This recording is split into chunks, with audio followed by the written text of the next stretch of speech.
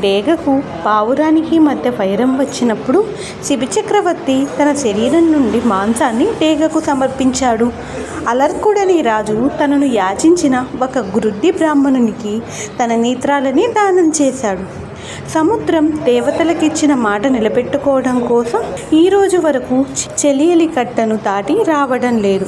ఇదంతా ఎందుకోసం చేశారు? తాము ఇచ్చిన మాట కాపాడుకోవటం కోసం. అందువల్లనే నీటికి వారిని స్మరిస్తున్నాం. కాబట్టి నువ్వు కూడా చేసిన ప్రతిజ్ఞను నిలబెట్టుకో. ఓ రాజా, నీ దుష్టబుద్ధి స్పష్టంగానే తెలుస్తూనే ఉంది.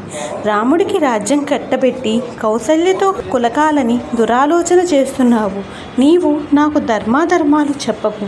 నువ్విచ్చిన మాట ప్రకారం నాకిచ్చిన వరాలను ఇప్పుడు ఇమ్మని అడుగుతున్నాను. నేనడిగే దాంట్లో కొంచెమైనా అధర్మం కానీ అసత్యం కానీ లేదు.